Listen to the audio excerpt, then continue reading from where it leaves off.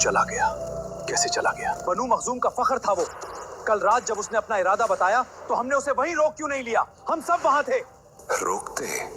तुम खालिद को उसकी तलवार के साथ रोकने की बात कर रहे हो? कल रात उसकी आंखों में देखा था तुमने जब उसने अपनी तलवार निकाली थी। वहां किसी की हिम्मत थी जो एक कदम भी आगे बढ़ाता? वो फैसला कर चुका था। उहुद में जब हम हार चुके थे, उस एक आदमी ने पूरी बाजी पलट दी थी। उसका दिमाग, उसकी फुर्ती, और अब वो मोहम्मद सल्लल्लाहु अलैहि वसल्लम के साथ खड़ा है। तो अब हमारा क्या होगा? मक्का की ताकत का क्या होगा? ये सिर्फ एक आदमी का जाना नहीं है मेरे भाई। मक्का ने अपनी सबसे बड़ी ढाल खो दी है और मदीना को एक ऐसी तलवार मिल गई है जो कभी टूटी नहीं।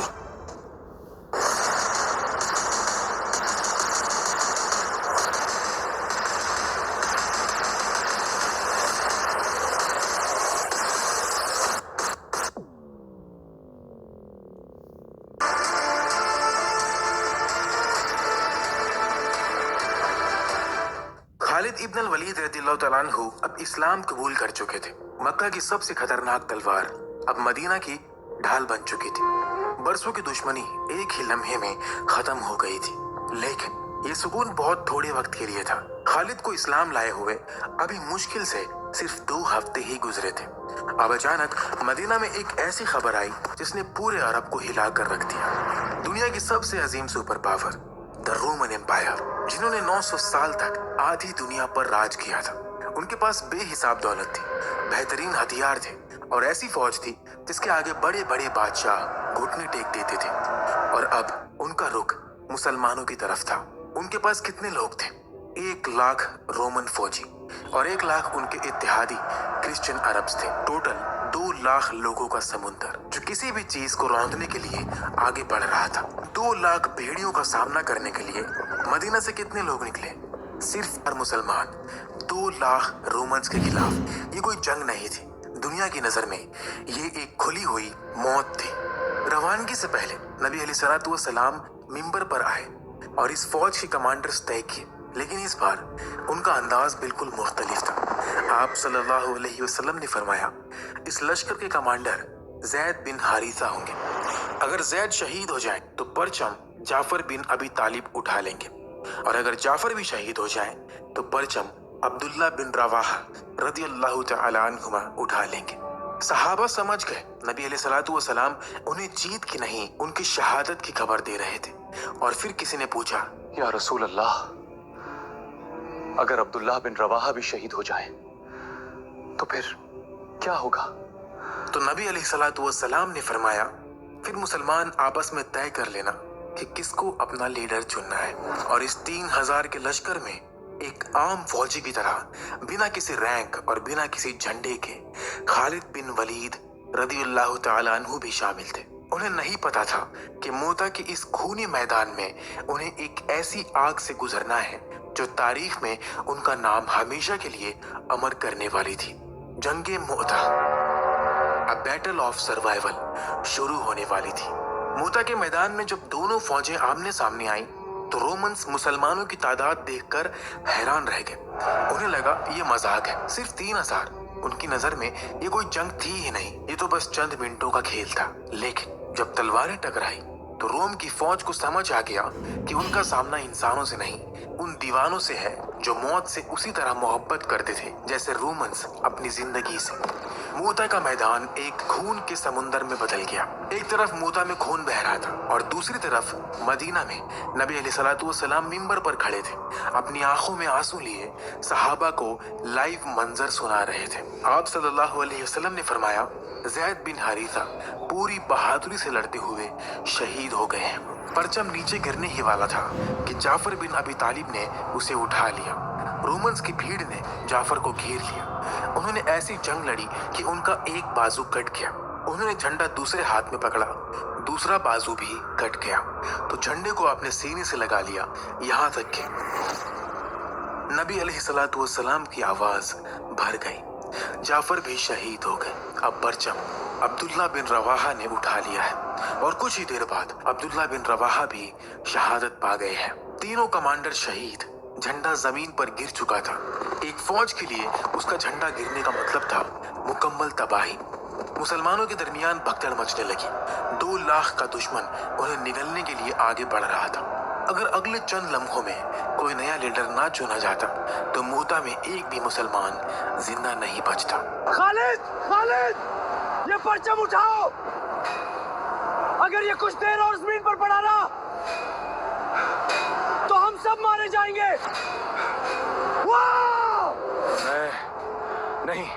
मैं ये परचम नहीं उठाऊंगा। तुम लोग बद्र के सहाबी हो, तुम असहाबे रसूल हो। मुझे तो इस्लाम लाए अभी जुमा 8 दिन हुए हैं। ये अजीम हक तुम्हारा है। नहीं खालिद, खुदा की कसम, जंग की तकनीक तुम हमसे बेहतर जानते हो। आज इस उम्मत को तुम्हारी तलवार की जरूरत है। उठाओ इसे। मूता के मैदान में जैसे ही खालिद ने झंडा उठाया, मदीना में मिंबर पर खड़े नबी अलैहिस्सलाम की आंखों के सामने अल्लाह ने मैदान जंग का नक्शा खोल दिया। आप अलैहिस्सलाम ने सहाबा की तरफ देखा और तारीख के वो अजीम अल्फाज अदा किए जिसने एक आम फौजी को हमेशा के लिए अमर कर दिया। नबी अलैहिस्सलाम ने फरमाया, तीनों कमांडर्स की शहादत के बाद अब परचम अल्लाह की तलवारों में से एक तलवार ने उठा लिया है और अल्लाह ने उनके जरिए मुसलमानों पर फतह खोल दी है। और उस दिन नबी अलैहिस्सलाम के मुबारक होठों से निकले हुए अल्फाजों ने खालिद बिन वलीद को हमेशा के लिए सैफुल्लाह बना दिया। अपने इस्लामी सफर की इस पहली ही जंग में खालिद बिन वलीद उस दिन एक ऐसी मौत की आंधी बनकर बरसे कि रोमन्स उनके सामने से भागने लगे। वो अकेले इस कदर लड़े कि लड़ते लड़ते उनके हाथ में 1, 2 नहीं 9 तलवारें टूट गईं। लेकिन अभी तो असली खेल शुरू होना था। शाम हो चुके थे। पहले दिन की खून आलूद जंग रुक चुकी थी। रोमन्स पीछे हट चुके थे। लेकिन खालिद बिन वलीद जानते थे कि अगला दिन मुसलमानों के लिए आखिरी दिन हो सकता है। 3000 थके हुए फौजी 2 लाख की फौज का कितनी देर मुकाबला कर सकते हैं। उन्हें जिंदा वापस मदीना ले जाना ही सबसे बड़ी जीत थी। लेकिन मसला ये था, अगर मुसलमान पीठ दिखाकर वापस लौटते तो रोमन्स पीछे से हमला करके उनका सफाया करते थे। यहाँ जरूरत तलवार की नहीं थी, यहाँ दुश्मन के दिमाग से खेलना था। और फिर खालिद ने खेला तारीख का सबसे बड़ा माइंड गेम। रात के अंधेरे में खालिद ने हुक्म दिया, हर एक फौजी अपने लिए 10-10 आग जलाए और सारी रात उन आगों के आगे पीछे हरकत करता रहे। कोई आग बुझनी नहीं चाहिए और कोई आदमी रुकना नहीं चाहिए। कमांडर, कमांडर, बाहर आइए, आपको ये देखना होगा। ये नामुमकिन है। दिन में तो ये सिर्फ मुट्ठी भर थे। ये आग, ये इतने हजारों कैंप फायर्स कहां से आए? मदीना से उनकी नई फौज आ चुकी है कमांडर। ये रीएनफोर्समेंट्स हैं। अगर इन मुट्ठी भर लोगों ने आज हमारा ये हाल किया है तो सुबह ये नई फौज हमारा क्या करेगी? सुबह कोई अपनी जगह से आगे नहीं बढ़ेगा। अगर हमने हमला किया तो हम में से कोई जिंदा नहीं बचेगा। रोमन समझे मदीना से हजारों की तादाद में फ्रेश फौज आ चुकी है। लेकिन खालिद यहाँ नहीं रुके। अगली सुबह उन्होंने अपनी फौज की फॉर्मेशन बिल्कुल बदल दी। राइट विंग वालों को लेफ्ट पर भेज दिया, आगे वालों को पीछे कर दिया और एक ही ग्रुप को नए नए झंडे देकर पहाड़ के पीछे से बार बार।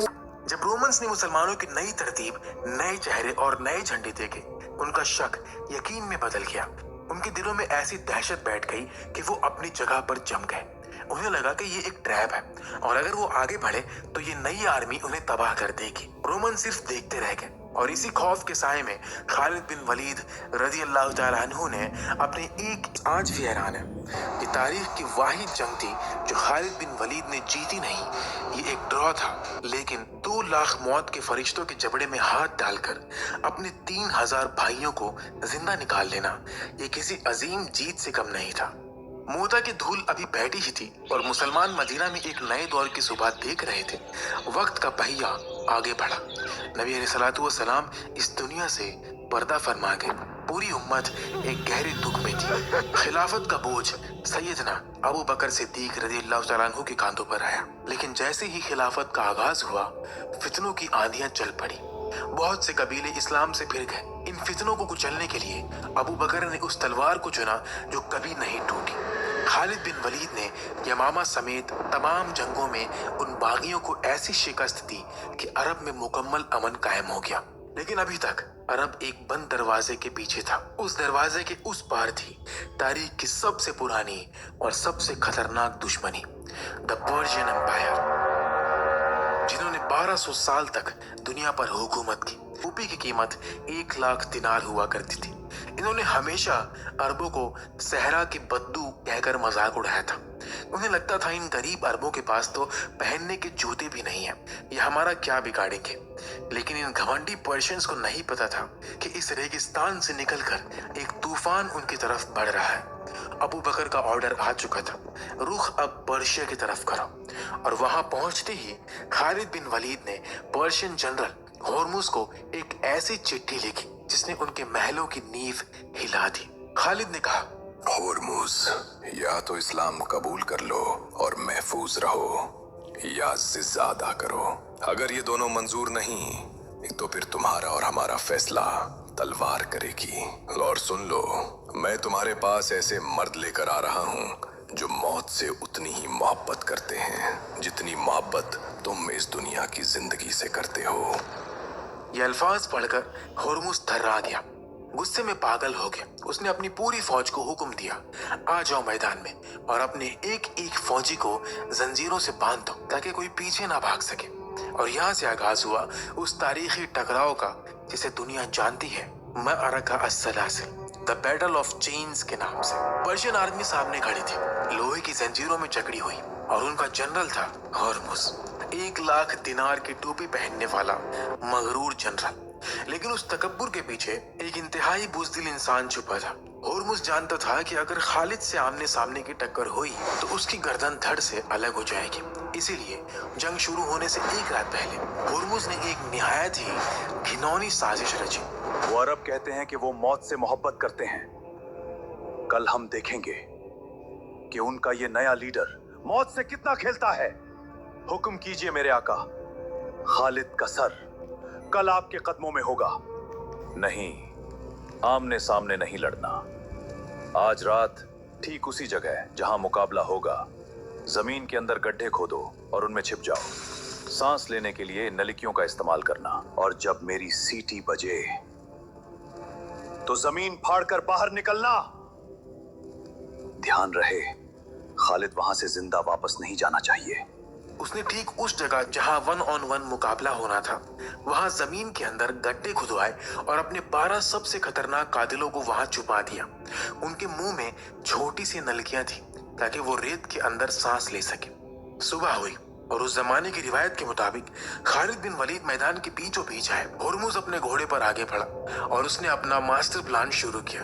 होर्मुज ने दिखावा करते हुए अपने घोड़े से छलांग लगाई और अपनी तलवार उठाकर दूर फेंक दी। वो खालिद को दिखाना चाहता था कि मैं निहत्था हाथों से लड़ूंगा। खालिद बिन वलीद की गैरत ने यह गवारा ना किया कि दुश्मन हथियार फेंक दे और वो तलवार उठाए। उन्होंने भी अपनी तलवार जमीन पर फेंक दी। खालिद आगे बढ़े, मौत की लिया और अचानक एक जोरदार सीटी बजाई। जमीन फटी और रेत के अंदर से 12 हथियार बंद पर्शियन कातिल निकल आए। खालिद बिन वलीद बिल्कुल निहत्थे और चारों तरफ से नंगी तलवारें। लेकिन होर्मुज नहीं जानता था कि पीछे मुसलमानों की सफों में एक ऐसी चील बैठी थी जिसकी नजरें हर धोखे पर थी। वो थे अजीम सहाबी काका बिन अमर रदियल्लाहु तआला अन्हु। हजरत काका बिन अमर अल तमीमी रदियल्लाहु तआला अन्हु इस्लाम की तारीख के एक इंतहाई अजीम, बहादुर और लेजेंडरी सहाबी थे। अगर उन्हें उस दौर की 1 मैन आर्मी कहा जाए तो बिल्कुल गलत नहीं होगा। वो बनु तमीम कबीले से ताल्लुक रखते थे। उनकी शख्सियत और बहादुरी को समझने के लिए सिर्फ अबू बकर सिद्दीक रज़ियल्लाहु तआला अन्हु का ये एक मशहूर कौल ही काफी है।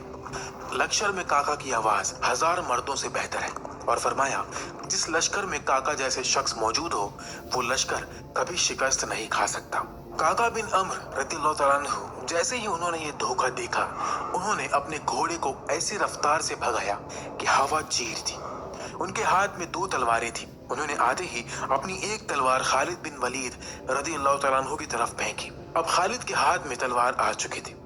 13 पर्शियन कातिल और सामने इस्लाम के दो सबसे बड़े शेर। अगले ही चंद लम्हों में वो 12 के 12 कातिल रेत पर लाशों की तरह गिरे पड़े थे और खालिद बिन वलीद की तलवार ने 1 लाख दिनार की टोपी पहनने वाले उस मगरूर होर्मुज को धड़ से अलग कर दिया। अपने कमांडर को इस तरह कुत्तों की मौत मरता देखकर पर्शियन आर्मी में खौफ की ऐसी लहर दौड़ी कि वो भागने लगे। लेकिन पीछे भागते भी कैसे, वो तो अपनी ही जंजीरों में बंधे हुए थे और जो जंजीरें उन्होंने मुसलमानों को डराने के लिए पहनी थी, वही जंजीरें उस दिन उनकी कब्र बन गई। पर्शिया का गुरूर पहले ही थप्पड़ में रेत में रुल गया। जंजीरों की जंग जीतने के बाद खालिद रुके नहीं, वो तूफान की तरह आगे बढ़े और बैटल ऑफ रिवर में पर्शिया के एक और टॉप जनरल को मौत के घाट उतार दिया। लेकिन यहाँ एक बहुत अजीब वाकया हुआ। मैदानी जंग से लेकर किसरा के दरबार तक का फासला 300 किलोमीटर था। आज के दौर में गाड़ी पर भी 3 से 4 घंटे लगते हैं। उस वक्त ना तो इंटरनेट था और ना ही कोई टेलीफोन। लेकिन जंग हारने की खबर किसरा तक चंद घंटों में पहुंच गई। लेकिन कैसे? ये थी पर्शियन एम्पायर की 1200 साल पुरानी टेक्नोलॉजी। उन्होंने मैदानी जंग से महल तक थोड़े थोड़े फासले पर अपनी फौजी खड़े किए हुए थे। एक फौजी आवाज लगाता, दूसरा सुनता और वो तीसरे को बताता। ये एक ह्यूमन टेलीग्राफ सिस्टम था। अजीम किसरा, होर्मुज मारा गया और हमारी फौज दरिया पर भी हार चुकी है। वो अरब वो तूफान की तरह आगे बढ़ रहे हैं। रेगिस्तान के भूखे भेड़िए फारसी सल्तनत को हराएंगे? नामुमकिन। 60,000 फौजी तैयार करो। तुम तीनों 20-20 हजार की फौज लेकर 3 मुख्तलिफ रास्तों से जाओगे। उन्हें 3 तरफ से घेरो और जिंदा जला दो। मुझे उस खालिद का सर चाहिए। किसरा को लगता है कि तादाद जंग जिताती है। वो 60,000 हैं और हम सिर्फ 15,000। अगर आमने सामने की टक्कर हुई तो हम चारों तरफ से घिर जाएंगे। अपनी फौज को 3 हिस्सों में तकसीम करो। 5-5 हजार के 3 अलग अलग दस्ते। सारा सामान बांधो और इस सहरा के अंधेरे में बिल्कुल गायब हो जाओ। लेकिन हम दोबारा इकट्ठे कब होंगे? आज से ठीक 2 हफ्ते बाद रात के ठीक 1 बजे हम उनकी पहली फौज के खेमों के पास मिलेंगे। हम उन्हें एक एक करके शिकार करेंगे। जाओ। ठीक 2 हफ्ते बाद किसरा की पहली 20,000 की फौज उसी जगह आकर अपना खेमा लगा रही थी। उन्हें लग रहा था कि मुसलमान तो कहीं आसपास भी नहीं है। रात का अंधेरा था और अचानक रात के ठीक 1 बजे खालिद की वो तीनों आर्मीज सायों की तरह 3 मुख्तलिफ रास्तों से एकदम से वहां नमूदार हुई। पर्शियन को तो हथियार उठाने का मौका भी नहीं मिला। उन्हें पता ही नहीं चला कि रात के अंधेरे में यह अजाब कहां से टूट पड़ा। मुसलमानों ने उस 20,000 की फौज का बिल्कुल सफाया कर दिया। खालिद ने अपनी फौज की तरफ देखा और फरमाया, 1 फौज तो गई, 2 और बाकी है, दोबारा गायब हो जाओ। और इस हैरत अंगेज स्ट्रेटजी से खालिद बिन वलीद ने किसरा की तीनों अजीम फौजों को एक एक करके रात के अंधेरे में तबाह करके रख दिया। किसरा की तीनों अजीम फौजें रेत में दफन हो चुकी थी। 15,000 मुसलमानों ने उस सुपर पावर की नींव हिलाकर रख दी थी, जिसे 1200 साल तक कोई छू भी नहीं सका था। किसरा इस बेइज्जती को बर्दाश्त नहीं कर पा रहा था। अब वो होने वाला था जो इंसानी तारीख में आज तक नहीं हुआ था। खौफ ने 2 सबसे बड़े दुश्मनों को दोस्त बना दिया था, द रोमन एम्पायर और द पर्शियन एम्पायर, जिन्होंने 700 साल तक एक दूसरे का खून बहाया था। अब वो इत्तेहाद कर चुके थे।